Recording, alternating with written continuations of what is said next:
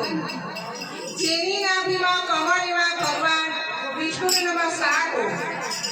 જળમાં શયન કરનાર શ્રી વિષ્ણુ ભગવાનને નમસ્કાર હો। હે કેશવ હે વાસુદેવ આપને નમસ્કાર હો। વાસુદેવની વાસનાથી ત્રણેય લોક વસવાયા છે અને જીવ સર્વ પ્રાણી પ્રપનું નિવાસસ્થાન છે એવા હે વાસુદેવ આપને નમસ્કાર હો। બ્રહ્મ સ્વરૂપ અને નામ બહુ બ્રહ્મણો હિત કરનાર એવા દેવને નમસ્કાર હો। જગતનું હિત કરનાર શ્રી કૃષ્ણને નમસ્કાર હો।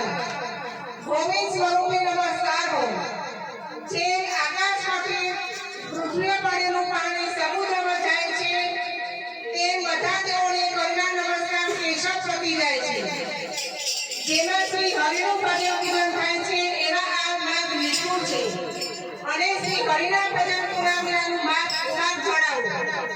બધા જ તીર્થો જાણવાથી જે પુણ્ય થાય છે અને સર્વ તીર્થો યાત્રામાં જે ફળ મળે છે તે સમગ્ર પાપ દુષ્ટોને નાશ કરનાર શ્રી વિષ્ણુ ભગવાનની સ્મૃતિ શ્રદ્ધાપૂર્વક કરવાથી મળે છે।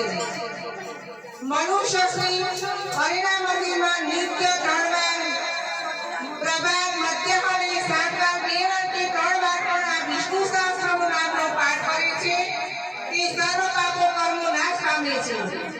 જે મનુષ્ય સ્તોત્રનો પાઠ ભાવ ભક્તિથી કરે છે તેને શત્રુઓ મળી જાય છે, તેના પર સર્વ ઉપદ્રવ શાંત રહે છે, તેના સર્વ પાપો વિનાશ પામે છે। જેમ શ્રદ્ધા ભક્તિ પૂર્વક આ સ્તોત્રનું પાલન કર્યું કે શ્રવણ કે પાઠન તેના સર્વ દાન આપ્યું અને દેવોની વિના પ્રકારની પૂજા કરી એમ સમજવું। જે મનુષ્ય બારસના દિવસે મારી સમિત આ સહસ્રનામનો નામનો પાઠ કરે છે તેની આ લૌકિક ફળનો કોઈ પણ ઠેકાણે ભય રહેતો નથી અને તેને કરોડો કરતાનું પાપ ધીમે ધીમે ભરી જાય છે।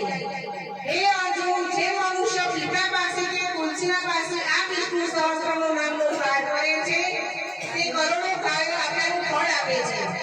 ફરી જે મનુષ્ય નિત્ય શિવાલય અથવા તુલસીના વનમાં બેસી શ્રી વિષ્ણુ સહસ્રનામનો પાઠ કરે છે તેના સર્વ પાપોને દુઃખો નાશ પામે છે અને મોક્ષ પામે છે અને તેને બ્રહ્મ હત્યાનું ઘોર પાપ કર્યું હોય તો પણ સર્વ નાશ પામે છે।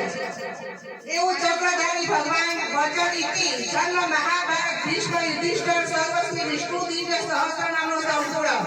બોલો કૃષ્ણ કનૈયા લાલ કી જય।